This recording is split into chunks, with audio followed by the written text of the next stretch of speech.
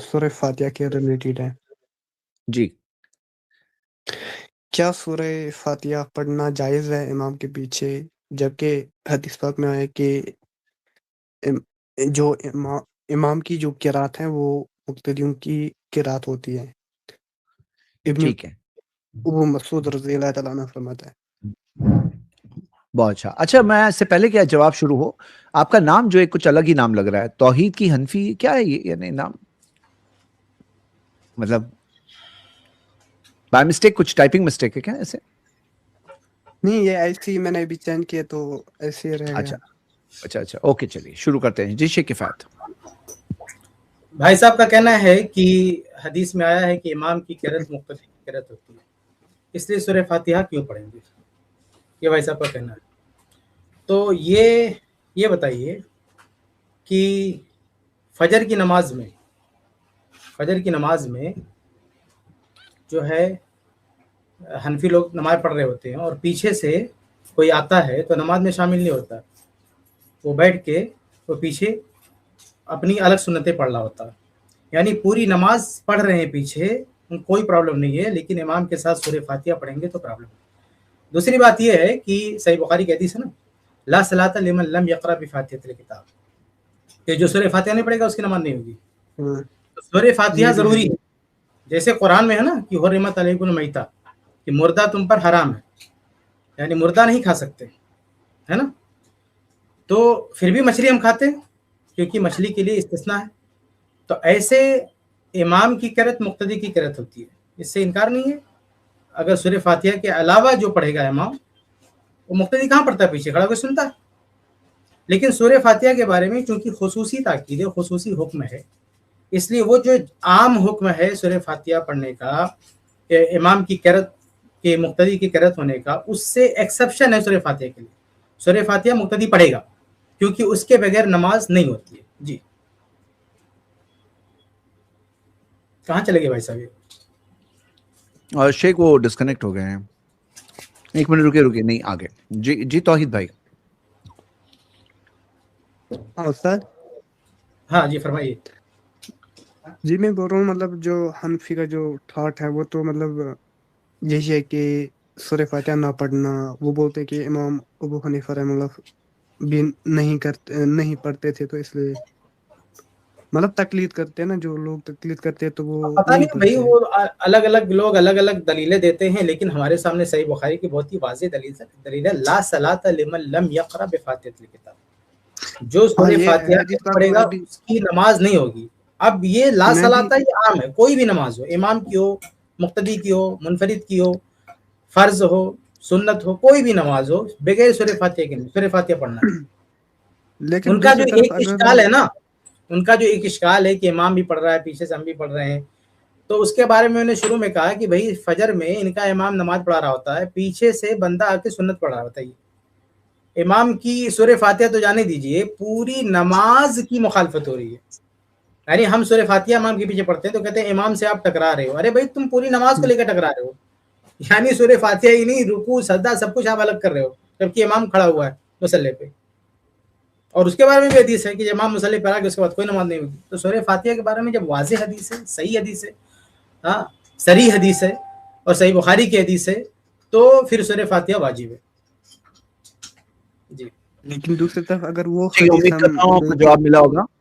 جی کیا فرما رہے ہیں؟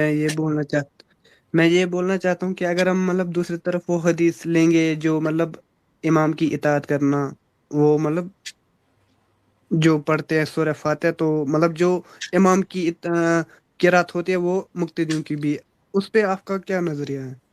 میں نے بتایا نا کہ جو وہ ایک عام حکم ہے نا، تو مقتدی والا مسئلہ اس سے الگ کیا جائے گا. جیسے قرآن میں عام حکم ہے حرمت علیکم المیتہ، مردہ حرام ہے، تو مچھلی کو اس عام حکم سے نکال رہے ہیں نا، مچھلی کو اس عام حکم سے نکال رہے ہیں. تو جب ہم مچھلی کو اس عام حکم سے نکال رہے ہیں تو ایسے یہاں پہ بھی ہے، جیسے عام حکم ہے بھئی امام جو کچھ کرے گا مقتدی بھی کرنا ہے. لیکن سورہ فاتحہ کے بارے میں الگ حدیث ہے، لا صلاۃ لمن لم یقرأ بفاتحۃ الکتاب. اور یہ حدیث مکمل سنن نبی داؤد وغیرہ میں، مسند احمد وغیرہ میں، اس میں تو پوری وضاحت کے ساتھ، امام بخاری رحمہ اللہ کی جزء القرات میں اس کی کئی سندیں ہیں، اس میں پوری وضاحت کے ساتھ ہے کہ اللہ کے نبی صلی اللہ علیہ وسلم نماز پڑھا رہے ہیں پیچھے سے جو ہے اونچی آواز سے قرأت ہو رہی ہے. آپ صلی اللہ علیہ وسلم منع فرمایا کہا کہ سورہ فاتحہ کے علاوہ باقی قرأت مت کرنا. اتنی وضاحت کے بعد اب کیا چیز ہے؟ تو یہ کہنے کا مطلب یہ ہے کہ وہ باتیں ٹھیک ہے اپنی جگہ پر کہ امام جو کر رہا ہے مقتدی کے لیے بھی کافی ہے، لیکن جب یہاں خاص حدیث موجود ہے تو ہم کیوں نہیں کریں گے؟ اور سب سے اچھا حیرت کی بات یہ ہے کہ یہ لوگ سری میں بھی سورہ فاتحہ نہیں پڑھتے، سری نماز میں بھی سورہ فاتحہ نہیں پڑھتے. جو آپ کہہ رہے ہیں نا کہ امام جو کر رہا ہے مقتدی کے لیے ہوتا، چلو جو اونچی آواز سے نماز ہوتی ہے تو اس میں کسی حد تک یہ باتیں اٹھ سکتی تھی، اس کا جواب بھی میں نے دے دیا. لیکن سری جو نماز ہے نا جس میں آہستہ قرأت ہوتی ہے اس میں بھی یہ لوگ سورہ فاتحہ نہیں پڑھتے ہیں. تو اگر اس میں یہ دلیل دے رہے ہیں کہ چونکہ امام پڑھ رہا ہے اس لیے سری میں بھی ہم کو نہیں پڑھنا، تو امام تو سب کچھ کر رہا ہے، سورہ فاتحہ بھی پڑھ رہا ہے، دعائے ثنا بھی پڑھ رہا ہے، رکوع سجود کی دعائیں بھی پڑھ رہا ہے، سب کچھ ذکر و اذکار کر رہا ہے، تحیات پڑھ رہا ہے، درود پڑھ رہا ہے، دعائے تعوذ پڑھ رہا ہے. تو آپ کو کچھ نہیں پڑھنا، صرف کھڑے ہو کے اٹھک بیٹھک کرنا. اگر امام نے کیا ہوا سب کچھ آپ کے لیے ہے تو پھر آپ پیچھے کر کے آپ صرف اٹھنا بیٹھنا، آپ کو کچھ کرنا ہے، کچھ پڑھنا ہی نہیں آپ کو. جی میں کیا تو خیال ہے مطلب بھائی؟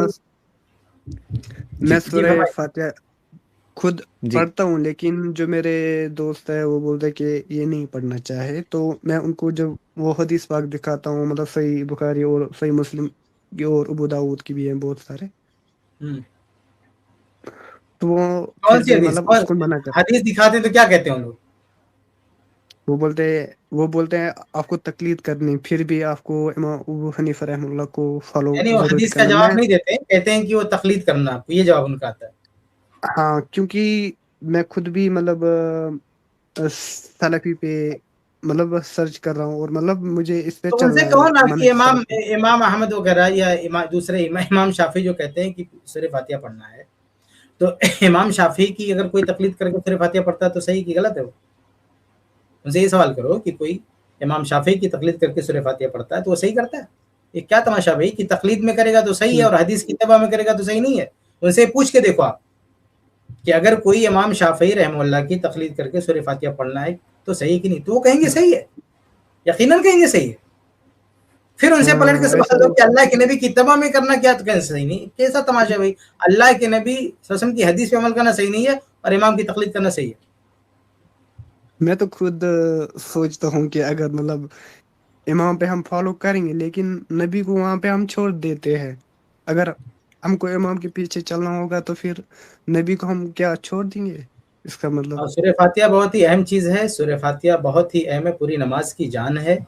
اس لیے اس کو بہت سنجیدہ لینا چاہیے، کیونکہ اللہ کے نبی صلی اللہ علیہ وسلم نے کوئی چھوٹی موٹی بات نہیں وہی نہیں کہ لا صلاۃ نماز ہی نہیں ہوگی، اتنی بڑی بات کہہ دی گئی. اس لیے سورہ فاتحہ پڑھنا چاہیے. وہ بھی صحیح بخاری میں، ادھر ادھر میں صحیح بخاری میں لا اور جو آپ کا نا صحیح مسلم وحیدہ خرافان سے تو وہ صحیح مسلم میں نہیں ہے، یہ ڈھکوسلا ان لوگوں کا. صحیح مسلم بخاری میں بھی ہے. ہاں وحیدہ قرأ فانصتوا، وہ جو صحیح مسلم میں ہے، امام مسلم اور استاد اور شاگرد کی بات ہو رہی ہے. تو شاگرد کہہ رہا ہے کہ صحیح اس کتاب میں آپ نے اس حدیث کو کیوں نہیں ڈالا؟ اس گفتگو کو صحیح مسلم کی کتاب میں درج کیا گیا ہے، لیکن جو اصل صحیح مسلم کتاب ہے اس کا پارٹ نہیں ہے وہ حدیث، وہ ضعیف و ثابت نہیں ہے وہ ٹکڑا. جی جو میں بھی کوشش کر رہا ہوں مطلب منہج سلف پہ چلنے کی، تو مجھے آپ مطلب کچھ ایسا بتائیں مطلب میں کیسے شروعات کروں، مطلب کون سی کتاب شیخ شعبان جن کو پڑھنی چاہیے سمجھائیں میرے کو؟ منہج سلف شیخ مکمل ہو، کوئی کتاب ان کو بتا دیجئے، رہنمائی کر دیجیے، اس کتاب کو پڑھیں انہیں مطالعہ کریں. بھائی سب سے آسان طریقہ یہ ہے جو کہ ہے نا، آپ ایک کتاب ہے ہمارے یہاں صوبائی جمعیت سے شائع ہوئی ہے، اگر آپ کتاب پڑھنا چاہ رہے ہیں تو الارشاد الی سبیل الرشاد، یہ بہت اچھی کتاب ہے، خاص طور پہ تقلید اور اس سے متعلقہ موضوعات پر. تو اگر آپ کوئی کتاب پڑھنا چاہ رہے ہیں نا تو یہ کتاب آپ پڑھیں، الارشاد الی سبیل الرشاد، یہ بہت اچھی کتاب ہے. باقی جو مختلف اہل علم ہیں ان سے آپ رابطے میں رہیں. ہمارے جو تقلید کے موضوع پر الحمدللہ اسی i+ کے اظہار حق میں بہت سارے اسٹریم ہو چکی ہیں اور اس میں بہت دلائل کے ساتھ باتیں رکھی گئی ہیں، تو آپ وہ اسٹریم بھی ہماری سنیے. فقہی موضوعات پر جو ہمارے پلے لسٹ ہے اس کو آپ دیکھیے، تو انشاءاللہ تعالی آہستہ آہستہ آپ کے لیے چیزیں واضح ہوں گی. دیکھیے ہمارے بھائی، ہم صرف ہماری دعوت صرف اتنی دعوت ہے، تحقیق کی دعوت. کہ آپ دین جو ہے وہ آنکھ بند کر کے کسی کے پیچھے سے نہ چلیں، بلکہ دین کے معاملے میں تحقیق کریں جیسے دنیا کے معاملے میں تحقیق کرتے ہیں. ہماری دعوت علم کی دعوت ہے کہ علم حاصل کریں، اندھے ہو کر کے کسی مسئلے پر نہ چلیں، چاہے مسئلہ عقیدے کا ہو چاہے مسئلہ فقہی مسائل ہو، آپ علم کے اور بصیرت کے ساتھ دین کو لیں. ہر بولنے والے کی بات سچ نہیں ہوتی ہے، علم کے معیارات پہ پرکھیں، جو بات قرآن و سنت کے موافق ہو وہ لیں، اور جو قرآن و سنت کے خلاف اس کو چھوڑ دیں. یہی ہماری دعوت ہے. تو آپ تحقیق کرتے رہیں انشاءاللہ تعالیٰ، اور اس کے علاوہ تو ہم کچھ کہتے نہیں. تقلید کی ضد تحقیق ہے. تقلید کہتے ہیں اندھا ہو کر کے کسی کی بھیج چلنا. تحقیق کا مطلب ہوتا ہے علم اور بصیرت کے ساتھ چھانٹ کر کے صحیح بات کو لینا، غلط بات کو چھوڑ دینا. تو ہماری دعوت تحقیق کی دعوت ہے. تحقیق کرتے رہیں الحمدللہ. اللہ تعالیٰ آسانی کرے آپ کے لیے. ہاں جو مطلب چلیے تو امید کرتا ہوں آج کے لیے اتنا بھائی توحید بھائی، اور آگے بھی آپ آتے رہیے انشاءاللہ. شکریہ.